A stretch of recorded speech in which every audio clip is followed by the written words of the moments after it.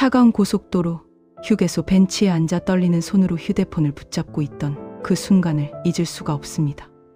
화면에는 남동생이 보낸 문자가 또렷하게 박혀 있었어요. 은하, 아빠 갑자기 쓰러지셨어. 응급실에 계시는데 의식이 없으시고 빨리 와. 그 한 줄의 문자가 내 세상을 온통 뒤흔들어 놓았습니다. 하지만 바로 옆 차 안에서는 시어머니의 날카로운 목소리가 추위보다 더 차갑게 파고들고 있었어요. 지연아, 뭘 그렇게 멍하니 앉아있니?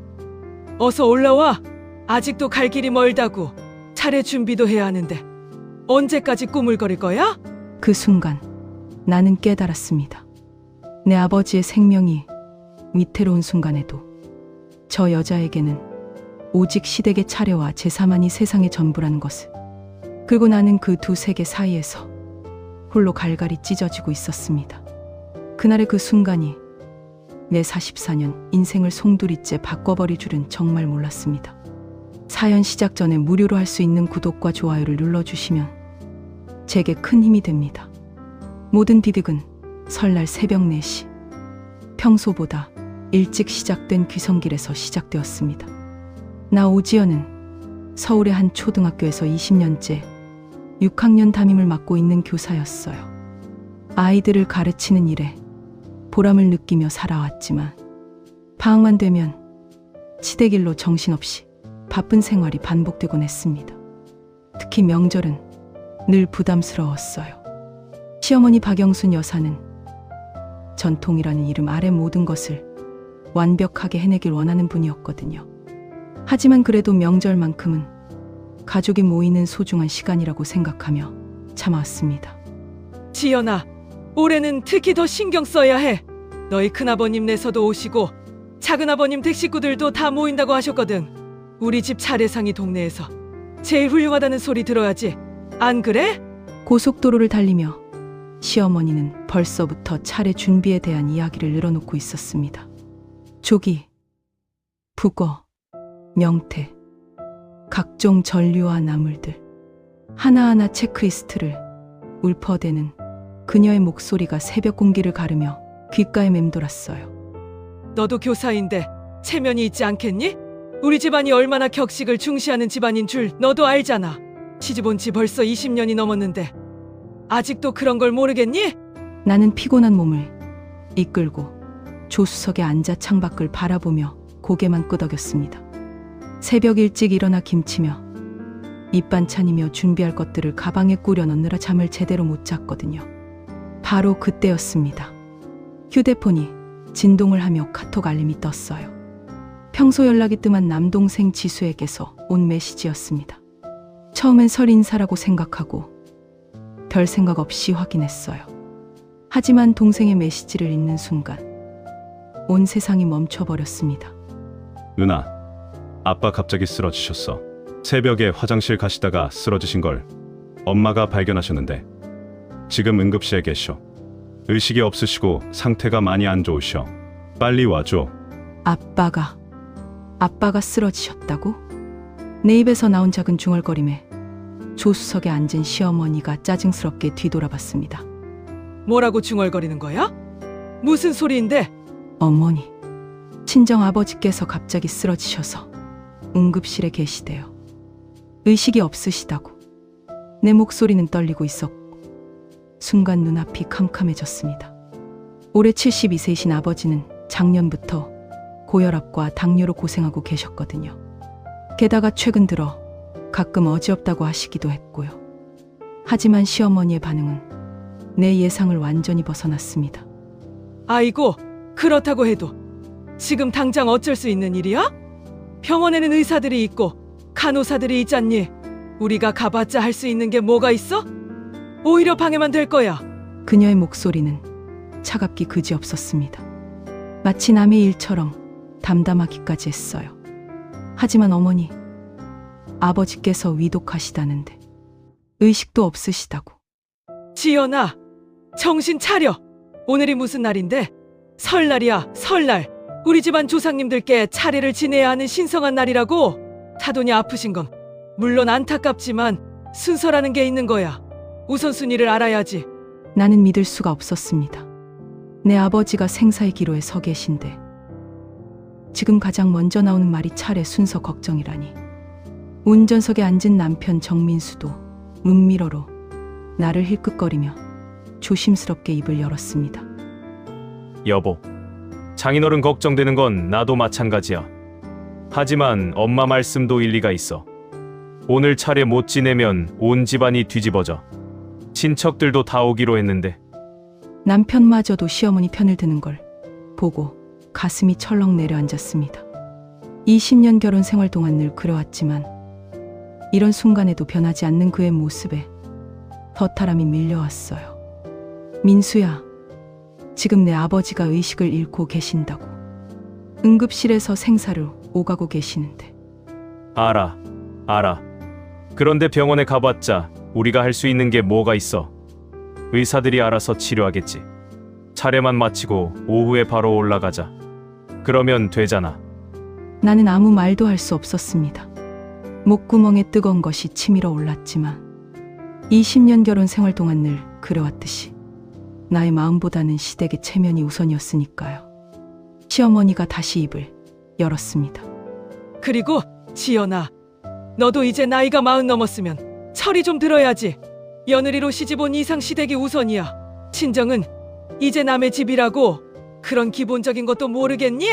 그녀의 말은 날카로운 칼날처럼 내 가슴을 찔렀습니다. 휴게소에 들러 잠시 바람을 쐬러 나왔을 때였습니다. 내 휴대폰에 다시 전화가 왔어요. 이번에는 동생이 직접 전화를 한 거였습니다. 누나, 어디야 지금? 고속도로. 시댁 내려가는 중이야. 아빠 상태는 어때? 누나, 의사가 그러는데 아빠 상태가 많이 안 좋으시대. 뇌출혈이야. 뇌에 혈관이 터졌다고 해. 지금 응급수술 준비하고 있는데 수술해야 할 수도 있고 정말 위험한 상황이래. 언제 올 수 있어? 동생이 떨리는 목소리에 내 심장이 터져버릴 것 같았습니다. 뇌출혈이라니. 그것도 수술까지 해야 한다니. 지금 바로 올라가려고 하는데 시댁에서 차례 때문에 잠깐만 다시 전화할게. 누나, 아빠 보러 빨리 와야 할 것 같아. 엄마도 너무 당황하셨어. 정말로 위험한 상황이야. 의사가 가족들 빨리 오라고 했어. 전화를 끊고 차로 돌아갔을 때 시어머니가 벌써부터 짜증을 내고 있었어요. 얼마나 더 꾸물거릴 거야? 벌써 시간이 이렇게 됐는데 오늘 해야 할 일이 얼마나 많은 줄 알아? 차례 준비도 해야 하고 큰아버님네 큰어머님네 손님들도 올 텐데 음식 준비는 언제 하려고? 나는 마지막으로 한 번 더 간절하게 시도해봤습니다. 어머니, 정말 죄송하지만 아버지 상태가 정말 심각하시대요. 뇌출혈이라고 하는데 응급수술까지 해야 할지도 모른다고. 의사가 가족들 빨리 오라고 했대요. 시어머니의 얼굴이 싸늘하게 굳어졌습니다. 그녀의 눈에는 이해할 수 없다는 듯한 표정이 가득했어요. 지연아, 너 지금 나한테 차례 포기하고 친정 가자는 소리야?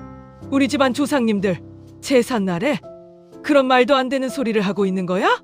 그게 아니라 잠깐만 다녀와서 아니면 차례 끝나고라도.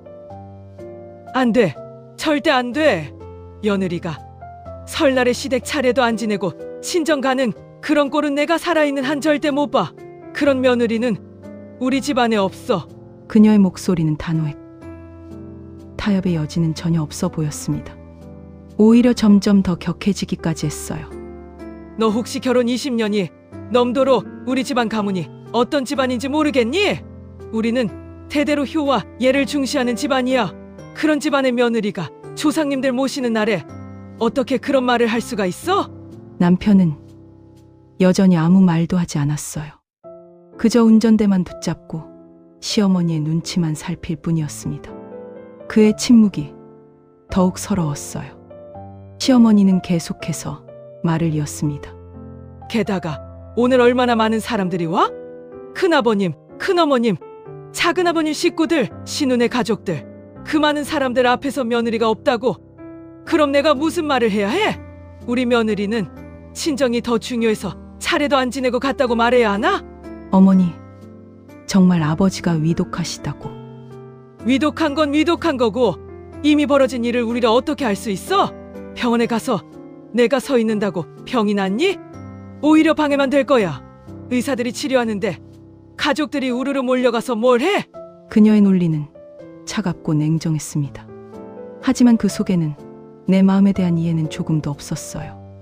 시댁에 도착한 후 나는 그야말로 기계가 되어 차례 준비를 시작했습니다.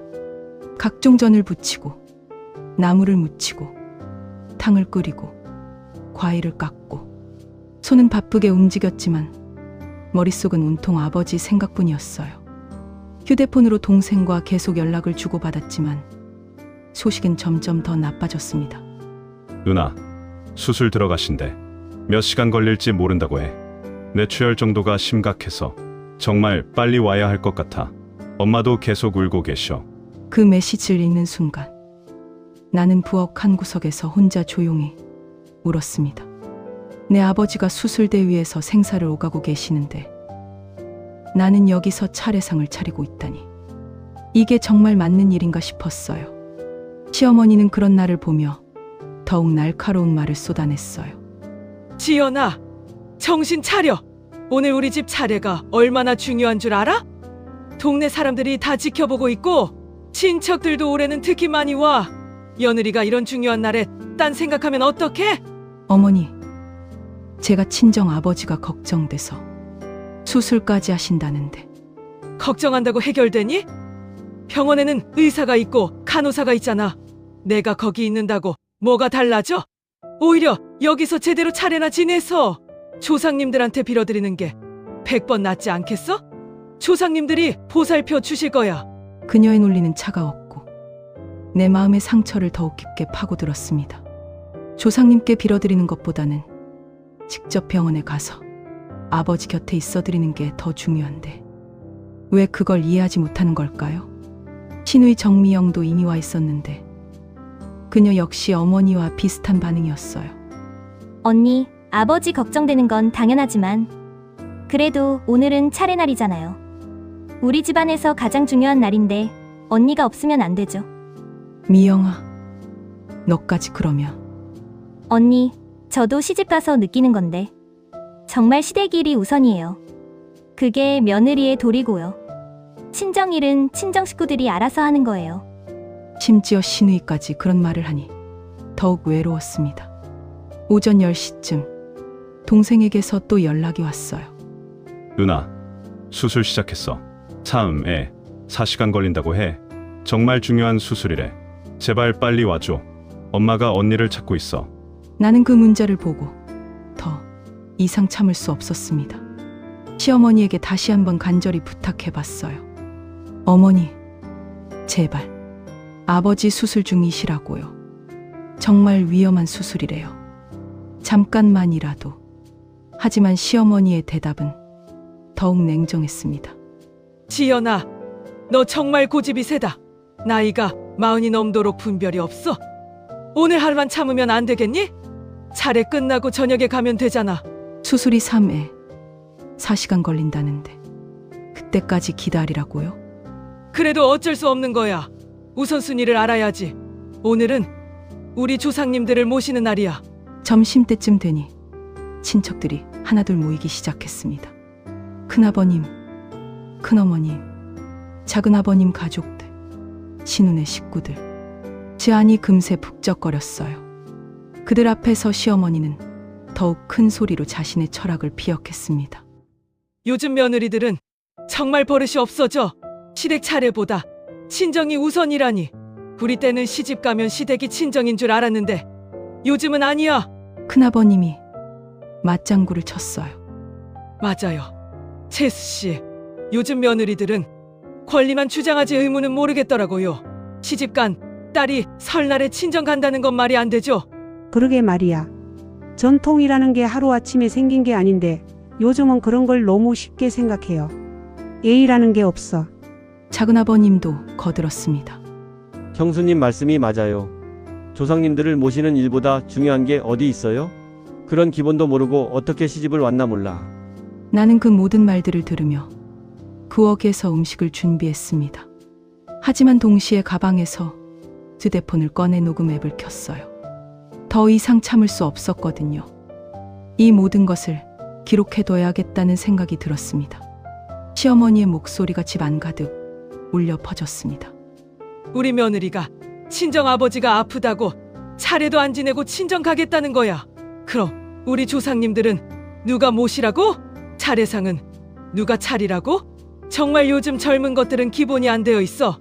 친척들의 반응도 예상대로였어요. 어머, 그런 며느리가 어디 있어요? 시댁 조상님들보다 친정이 우선이라니. 재수 씨가 얼마나 속상하셨겠어요. 그런 며느리 두고 차례상 차리는 심정이 어떨까? 나는 그 모든 대화를 빠짐없이 녹음했습니다. 특히 시어머니가 이어서 한 말은 정말 충격적이었어요. 사돈이 아픈 건 물론 안타까운 일이야. 하지만 그래도 순서라는 게 있는 거 아니야? 죽을 사람은 어차피 죽는 거고 살 사람은 어차피 사는 거야. 그런데 차례는 놓치면 1년을 기다려야 한다고. 조상님들을 언제 모실 거야? 그 말을 듣는 순간 내 안에서 무언가가 완전히 부서져 버렸습니다. 게다가 병원에 가봤자 할 수 있는 일이 뭐가 있어? 의사들이 알아서 수술하고 치료하는데 가족들이 가서 뭘 해? 오히려 방해만 되지. 차라리 여기서 조상님들께 정성스럽게 차례 지내서 빌어드리는 게 훨씬 나아. 큰어머니가 또 맞장구를 쳤어요. 맞아요. 사람 일은 하늘에 맡기고 우리는 우리가 해야 할 일을 하는 거죠. 조상님들이 보살펴 주실 거예요. 그러게요. 며느리 주제에 감히 시댁 차례를 거부하다니. 정말 뻔뻔하기도 해라. 나는 더 이상 견딜 수가 없었습니다. 그들이 내 아버지의 생명을 그렇게 가볍게 여긴다는 것이, 그리고 내 마음은 전혀 이해하려 하지 않는다는 것이 너무 견디기 어려웠어요. 오후 1시가 되어 드디어 차례 시간이 다가왔습니다. 온 가족이 한복을 차려입고 상 앞에 모여 섰어요.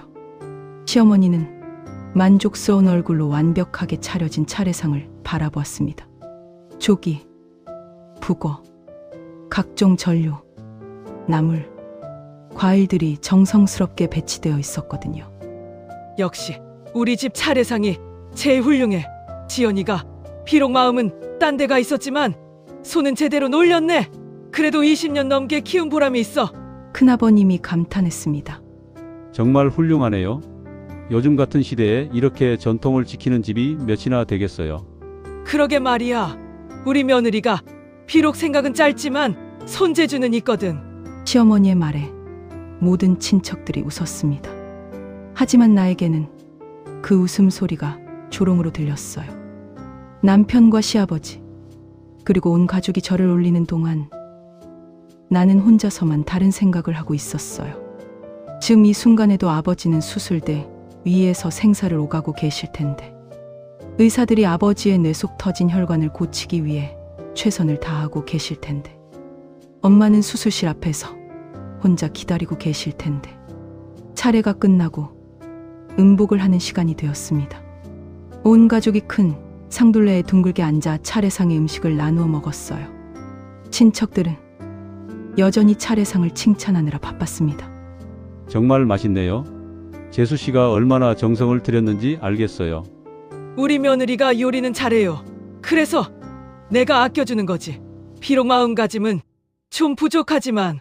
시어머니는 여전히 나에 대한 비아냥을 멈추지 않았습니다. 바로 그때 내 휴대폰이 다시 진동했어요. 동생에게서 온 문자였습니다. 누나, 수술 끝났어. 의사가 말하기를 다행히 성공했는데 아직 의식이 안 돌아오셨어. 중환자실에 계시고 수문의 시간이 고비래. 정말 빨리 와줘. 그 순간 나는 결심했어요. 더 이상 참을 수 없었습니다. 나는 자리에서 천천히 일어나 휴대폰을 꺼냈습니다. 여러분, 잠깐만요. 들려드리고 싶은 게 있어요. 갑작스러운 내 행동에 모두가 어리둥절했습니다. 지연아, 뭐 하는 거야? 음복 시간에 왜 그러는 거야? 남편이 당황해서 물었어요. 나는 아무 대답 없이 녹음 파일을 재생했습니다. 거실에 시어머니의 목소리가 또렷하게 울려 퍼졌습니다. 사돈이 아픈 거 물론 안타까운 일이야. 하지만 그래도 순서라는 게 있는 거 아니야? 죽을 사람은 어차피 죽는 거고 살 사람은 어차피 사는 거야. 그런데 차례는 놓치면 1년을 기다려야 한다고. 순간 것이 얼어붙었습니다. 시어머니의 얼굴이 새파랗게 질렸어요. 저게 뭐야? 언제 녹음한 거야? 이런 짓을 왜 하는 거야? 하지만 녹음은 계속 이어졌습니다. 병원에 가봤자 할 수 있는 일이 뭐가 있어? 의사들이 알아서 수술하고 치료하는데 가족들이 가서 뭘 해? 오히려 방해만 되지. 시아버지의 얼굴도 굳어졌습니다. 그는 시어머니를 돌아보며 낮은 목소리로 말했어요. 여보, 정말 그런 말을 했어. 사돈이 수술 중인데. 친척들도 모두 충격에 빠진 표정이었습니다. 아무도 감히 말을 하지 못했어요. 나는 계속해서 다른 녹음들도 재생했습니다. 우리 며느리가 친정 아버지가 아프다고 차례도 안 지내고 친정 가겠다는 거야. 그럼 우리 조상님들은 누가 모시라고? 요즘 며느리들은 정말 버릇이 없어져. 시댁 차례보다 친정이 우선이라니. 며느리 주제에 감히 시댁 차례를 거부하다니. 정말 뻔뻔하기도 해라. 큰어머니의 목소리도 들렸습니다. 그런 며느리가 어디 있어요? 시댁 조상님들보다 친정이 우선이라니. 모든 녹음이 끝났을 거실은 완전한 침묵에 빠졌습니다. 나는 차분하지만 단호한 목소리로 말했어요. 제 아버지가 지금 중환자실에 계십니다. 뇌출혈로 응급수술을 받으셨고 의식이 아직 돌아오지 않으셨어요. 의사가 24시간이 고비라고 했습니다. 시어머니가 변명하려 했지만 나는 그녀의 말을 막았습니다. 어머니께서는 제 아버지가 죽을 사람은 어차피 죽는다고 하셨죠. 차례가 더 중요하다고. 병원에 가봤자 방해만 된다고요. 지연아, 그게 아니라 내 말 뜻이 그게 아니었어. 아닙니다. 충분히 들었습니다. 20년 동안 이 집의 며느리로 살면서 항상 참고 이해하려고 노력했어요. 하지만 오늘은 다릅니다. 나는 한복 치마를 털고 일어섰습니다. 진짜 도리가 뭔지 아세요? 사랑하는 가족이 위험할 때 곁에 있어주는 것이 진짜 도리예요. 죽어가는 사람을 두고 차례상 앞에 앉아 있는 게 도리가 아니라고요. 시아버지가 조용히 말했습니다. 지연아, 미안하다. 빨리 가봐라. 사돈 어른을 뵈러. 하지만 시어머니는 여전히 받아들이지 못했어요. 여보, 뭔 소리예요? 차례도 제대로 안 끝났는데 친척들도 다 보는데. 시아버지는 더욱 단호했습니다. 영순아, 이번에는 내가 틀렸어. 사람의 목숨보다 중요한 차례가 어디 있어. 조상님들도 그런 마음을 더 이해하실 거야. 큰아버님도 조심스럽게 입을 열었습니다. 재수 씨, 아무래도 이번에는 우리가 너무했던 것 같아요. 사돈 어른이 그런 상황이신데. 다른 친척들도 하나둘 자리에서 일어나기 시작했어요. 분위기가 완전히 어색해진 거죠. 남편은 어쩔 줄 몰라 하며 나를 말렸습니다. 여보, 진정해. 이렇게 하면 안 돼. 다들 보잖아. 민수 씨. 나는 남편을 똑바로 쳐다보며 말했어요.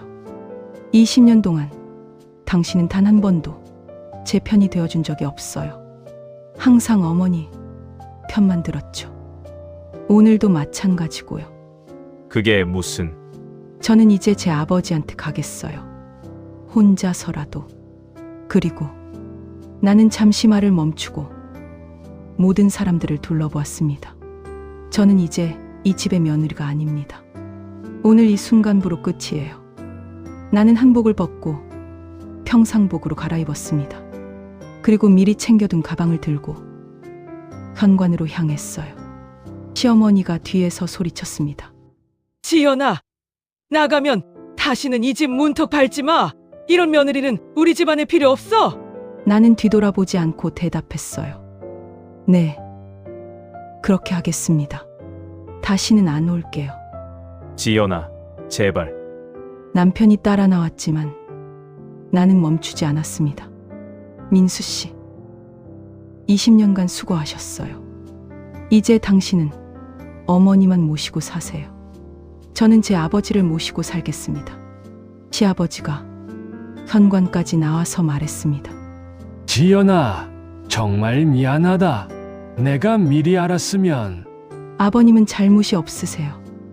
그동안 저를 딸처럼 아껴주신 것 감사합니다. 나는 고개를 숙여 인사하고 집을 나섰습니다. 택시를 타고 KTX역으로 향하는 동안 휴대폰이 계속 울렸어요.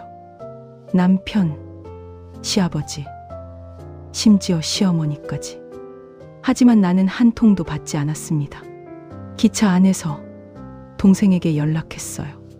지수야, 지금 올라가고 있어. 아빠 상태는 어때? 누나, 정말 다행이야. 아빠는 아직 의식이 안 돌아오셨지만 의사가 말하기를 수술은 성공적이었대. 이제 깨어나시기만 기다리면 돼. 엄마는? 중환자실 앞에서 계속 기도하고 계셔. 누나 올 거라고 하니까 조금 안심하시는 것 같아. 눈물이 쏟아졌습니다. 다행이란 안도감과 그동안 참았던 모든 감정이 한꺼번에 터져 나왔어요. 기차 안에서 나는 지난 20년을 돌이켜봤습니다. 정말 무엇을 위해 그렇게 살았을까요? 시댁의 체면을 위해, 남편의 평안을 위해. 하지만 정작 내가 정말 사랑하고 소중히 여기는 사람들을 위해서는 무엇을 했을까요? 병원에 도착했을 때는 이미 밤 10시가 넘은 시간이었습니다. 중환자실 앞에서 기다리고 계신 어머니를 보는 순간 가슴이 미어졌어요. 엄마. 지연아, 정말 왔구나. 고생했다, 얘야. 어머니는 나를 꼭 안아주셨어요. 그 따뜻한 품에서 나는 비로소 안전함을 느꼈습니다. 아빤? 아직 깨어나시지 않으셨어. 하지만 의사가 말하기를 생명에는 지장이 없을 거라고 하더라. 정말 다행이야. 중환자실을 통해 아버지를 뵈었습니다. 온갖 장비에 둘러싸여 누워 계신 아버지의 모습에 또다시 눈물이 쏟아졌어요. 아빠, 지연이 왔어요. 늦어서 정말 죄송해요. 그때였습니다. 아버지의 손가락이 살짝 움직이는 것이 보였어요. 어머, 아빠가 움직이셨어. 간호사를 부르고 의사가 와서 확인해 보니 아버지께서 의식을 회복하고 계신다는 거였어요. 아빠. 아버지는 천천히 눈을 뜨시더니 나를 보고 미소 지으셨어요. 지연아, 왔구나. 네. 아빠, 왔어요. 정말 놀랐어요. 괜찮다. 아빠는 괜찮아. 그 한마디에 모든 것이 보상받는 기분이었습니다. 며칠 후 아버지가 많이 회복되셨을 때 나는 결심을 말씀드렸어요. 아빠, 저 이혼하려고 해요. 아버지는 놀라셨지만 내 이야기를 차근차근 들어보신 후 조용히 고개를 끄덕이셨습니다. 그래, 지연아. 내가 정말 많이 참았구나. 아빠가 미안하다. 아니에요. 아빠, 이제야 깨달았어요. 진짜 중요한 게 뭔지를. 그래, 내 인생이다. 내가 행복해야 해. 아빠는 내가 하고 싶은 대로 하는 게 좋겠다. 어머니도 처음에는 걱정하셨지만 그동안의 일들을 설명해 드리니 이해해 주셨어요. 지연아, 그동안 얼마나 힘들었을까? 이제 우리 집에서 편히 쉬어라. 동생도 전적으로 지지해 줬습니다. 누나, 잘 결정한 것 같아. 그런 집안에서 평생 살 필요 없어. 이혼 조정 때 남편과 마지막으로 만났습니다. 그는 여전히 나를 붙잡으려 했어요. 지연아, 제발. 엄마도 많이 반성하고 계셔. 다시 한 번만. 민수 씨, 이미 늦었어요. 제가 마지막으로 원했던 건 단 하나였어요. 제 아버지가 위험할 때 제 편이 되어주는 것. 하지만 당신은 그마저도 해주지 않았잖아요. 그때는 내가 어머니 때문에. 바로 그거예요. 당신은 평생 어머니의 아들이었지. 제 남편은 아니었어요. 결국 이혼은 성사되었습니다. 지금 나는 친정 근처의 작은 아파트를 얻어 부모님과 함께 살고 있습니다. 아버지는 완전히 회복되셔서 매일 산책도 하시고 어머니와 함께 텃밭도 가꾸고 계세요. 나는 근처 초등학교로 전근을 와서 다시 아이들을 가르치고 있어요.